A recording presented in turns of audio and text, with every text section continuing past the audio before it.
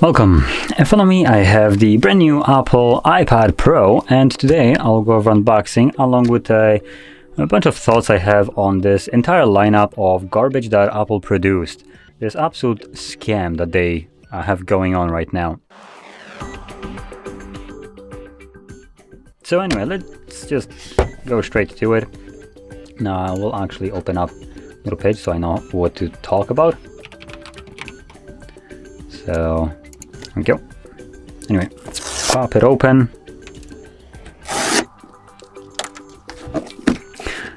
So this is the 11-inch version. Come on, there we go. And you see we get the tablet itself. Throw that to the side. We get some paperwork. Throw that to the side. We get a charger. This will be a 20-watt charger. And then we get a Type-C to Type-C cable. Now I also have an Apple Pencil on the side, and I do have the Magic Keyboard, but I think that one is for just the typical non-Pro, just the iPad from 2022. So I don't think I'm gonna include that. I might mention some things about it, but these will be just mentions and rants in correlation to the iPad itself, and well, also in correlation to this iPad. So anyway, let's just open it up. Hello, focus camera. There we go, thank you. So here we got the iPad. Let's turn it on. There we go. So while it's turning on, let's quickly go over the specs. We are looking at an 11-inch display. It's a 1668 pixels by 2388 pixels. It's a liquid retina IPS LCD display with 120 Hz refresh rate, HDR10, not even 10 plus, so it's not certified, Dolby Vision, and typical brightness of 600 nits, 82.9% screen to body ratio, 256 pixels per inch. Running iPad OS 16.1, though I'm pretty sure this one is just running 16 because it hasn't been updated just yet. So there we go. Benefit over the typical iPad, just a crappier version of this one, is that we actually get a high refresh rate here and a laminated display. Would you look at that? Laminated meaning that the display has basically no gap of air between the actual glass that you touch and the display that is under it. Unlike this trash right here, which does. Hopefully you can kind of see this kind of like depth in here. It's really hard to show you with crappy lighting that I have, but in better lighting you can see that display ends and then you have like this just deeper area, nothing there, and then you see the actual bezels that are black right here. It's absolutely abhorrent, especially for the price increase that they have. Now one thing that I'll mention right here, the iPad Pro did not come with any kind of price hike, unlike the typical iPad. So this is coming at $799 US, if I remember correctly. I'm quickly check. Yep, $799. So with that being said, it's running an Apple M2 chipset. Comes with a couple different versions. And so we have 128 gigs of storage with 8 gigs of RAM at the very basic of it. And it can come up to 2 terabytes of storage with 16 gigs of RAM. Now, one benefit of this device right now is that it actually comes with a Type-C port. And not by Apple's choice, let me assure you on that one. Apple is now just literally forced into including these because European Union basically spanked them over the head and told them a bad Apple include the Type-C because that's basically a standard and it's better than your trash port. But guess where Apple didn't include the Type-C port? Where they don't have to, like right here. So this is the Apple Pencil second generation. Second generation my ass, because it's still running a outdated lightning port on it. So what you get in here is a pen that just kind of oh come on. So what you get in here is a crappy little pen that now includes a hover feature. I'm pretty sure Apple probably tells you that it's revolutionary and whatever the trash they tell you. Let's be honest, Samsung phones had this since like inception of it, so yeah. Anyway, there's our little pen. And let's see. Where's the little charging for it? This one doesn't. Oh, okay, so this one is not even the chargeable one. Okay, so anyway, so there we go. Now, see how if it actually works. Oh, if it does not, great, fantastic. I don't really feel like pairing it right now. I don't think I even can at the moment, so fantastic. Anyway, so here we get the Type-C port. We get, like I mentioned, iPad OS 16.1. We have dual camera setup at the back. There we go, at the back. And this dual camera setup is a 12 megapixel wide sensor and 10 megapixel ultra wide. And at the front, right here, in a very stupid orientation, we have another sensor. This is a selfie 12 megapixel ultra wide.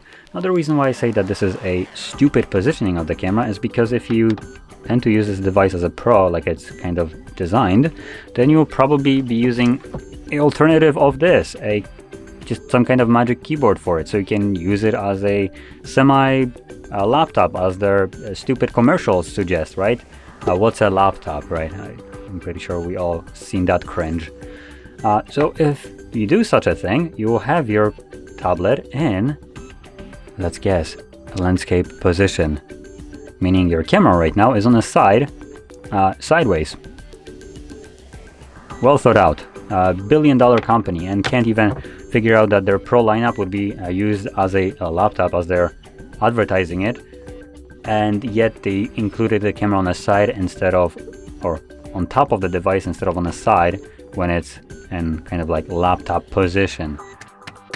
Give yourself just pat on the back, Apple. You couldn't F that up even harder.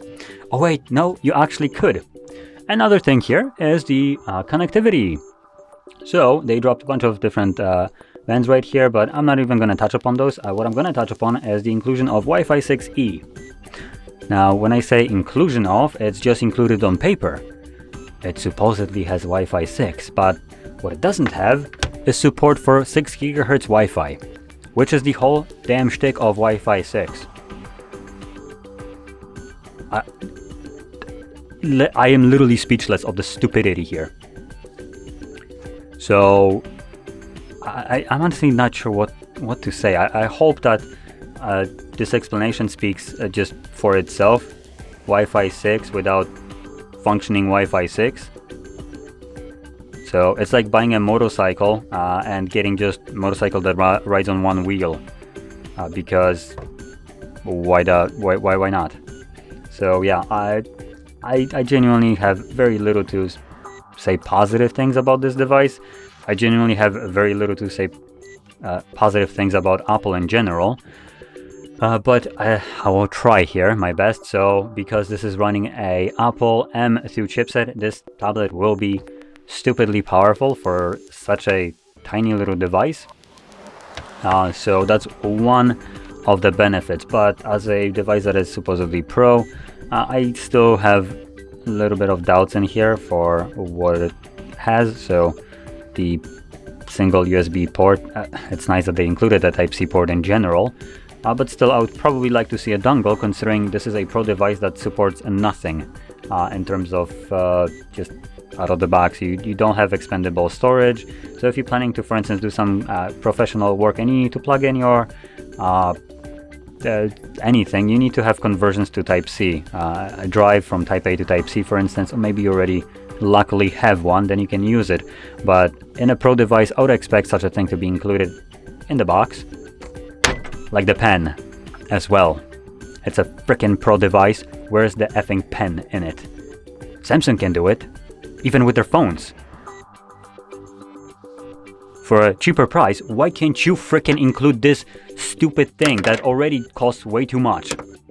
So anyway, just to actually touch upon the pen, which, like I said, it's already costing too much. This comes right now at $130, or more precisely $29, but whatever. I'm pretty sure once you're spending $130 on a pen, you won't really care about $1 extra in the price tag that I just added.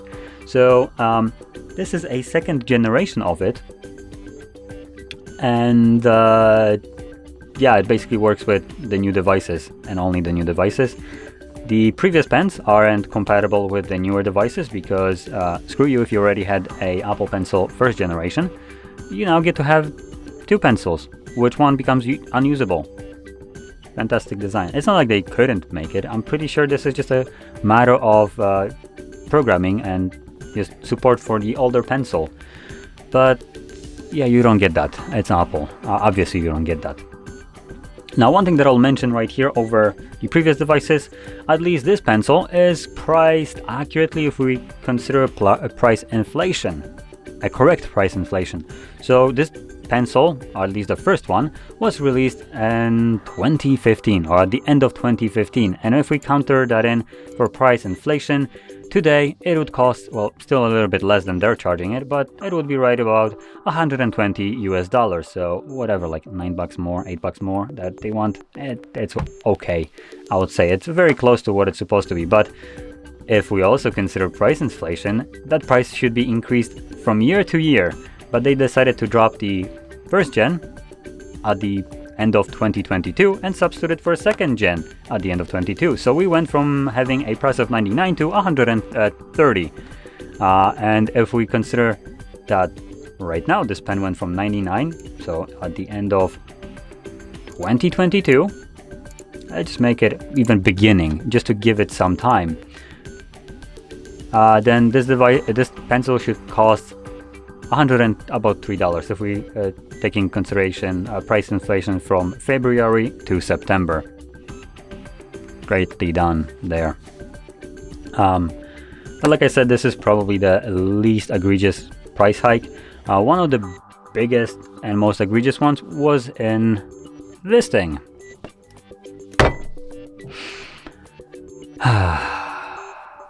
Now this is designed, I believe, for the iPad, just the iPad, not the Pro.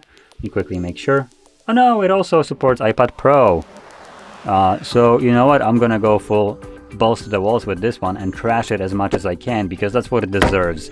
So let's just, I already did make myself a little notepad right there with information. So number one, if you remember, last year we got the iPad Magic Keyboard. I think it was called exactly the same.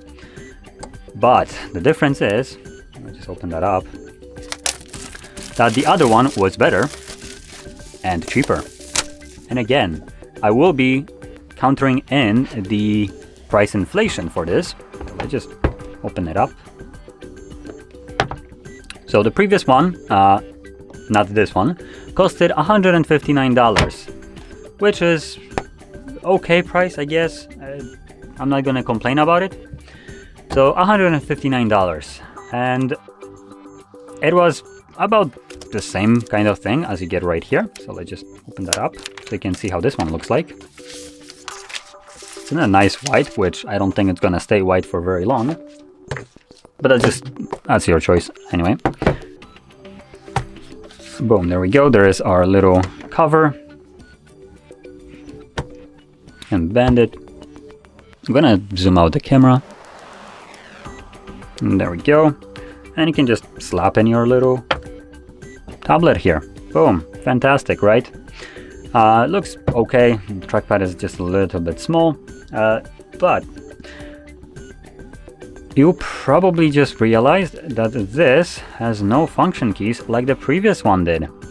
So previous one had similar function keys to what MacBooks have, with, you know, media controls, brightness controls, volume controls, all that stuff. A really nice thing to have for an Apple product that comes with a keyboard. Yeah, no, this one doesn't. And the more ridiculous thing that they did is the price. So this now costs, instead of $159, costs $249. That is absolutely effing ridiculous. Now, if we counter in the price for price inflation, let's just quickly do that. So we're looking price inflated since, I think it was, what? Just do October 2021. I think that's when it was released. I know it was somewhere at the end of 2021. Price inflation. Oh, right. It cost $170 if it was released now with the actual accurate price inflation. Now keep in mind that this actually took less resources to create because it's lacking another row of keys right here. So in general, this should be cheaper to manufacture, probably by a couple cents because it's mass produced and whatever, but still it has less features in it, so in theory it should cost even less. But no, Apple decided to show you the biggest middle finger already pre-lubed for you, and crank up the price by nearly $100 for a keyboard, for a effing keyboard. So there we go. That is probably one of the worst things that I've seen so far in tech industry, and I've seen a couple different things already. So yeah, fantastic. Get effed, I guess. That's the closest thing that I can describe this product to be, their motto. So yeah. Anyway, that would basically conclude my rant about this atrocity that we received this year. So if you found this video helpful, don't forget to hit like, subscribe, and thanks for watching.